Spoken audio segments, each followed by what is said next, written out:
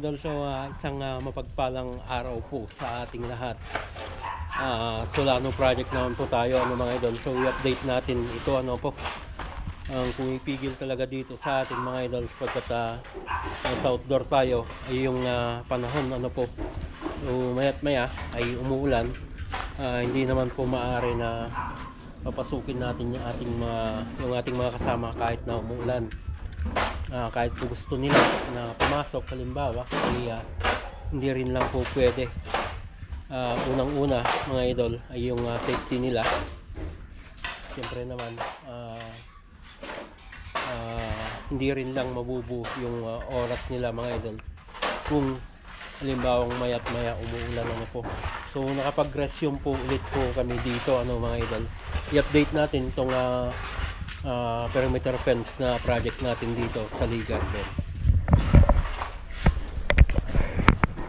Yan so nakapag-simula na tayong maglagay ng ang grill sa ating perimeter fence So ito yung simpleng ginawa po namin dito So tubular na 2x3 ito mga idol. So nakapalaman na yan sa aming buhos sa column. Then angle bar na 1/2. Ayan, so simple lang naman po ito. Sa left side elevation po ito ng fence. Then dito sa harapan mga idol, dito naman sa harapan ay nakumpleto na natin. Kumpleto na namin yung column niya. So yung mga siroho na lang mga idol. Then dito mga idol may slab po ito sa opening po ng dito po sa may human access. Dito yung human access, then driveway pupunta doon sa garahe. Then meron pa po dito isa na driveway.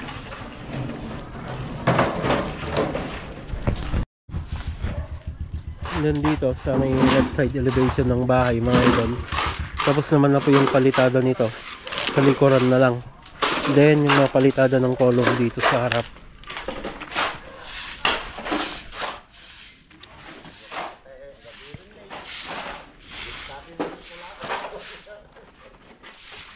At may 4 na column pa ito. Then dito sa may likod mga idol, yung sa beam na lang yung kailangang palitadahan doon, kalahati nito. Then may bubong po ito. So ito yung next phase na i-coat natin mga idol, yung sa roping po nito. Nabuhusan na rin po dito. Papunta po sa likod. Ayan, so ito yung palitada. Sabi, kulang na lang po dito. Nasa 4 meters na lang. Bubong na lang. Bububungan po ito lahat. Mula doon sa tapat ng septic tank. Papunta po dito. Saka dito. Magiging garahe din po ito. Sa part po dito.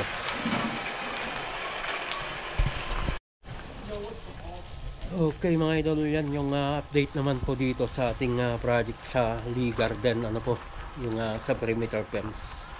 So hanggang dyan mga idol, lagi po tayong mag-ingat at God bless po sa ating lahat.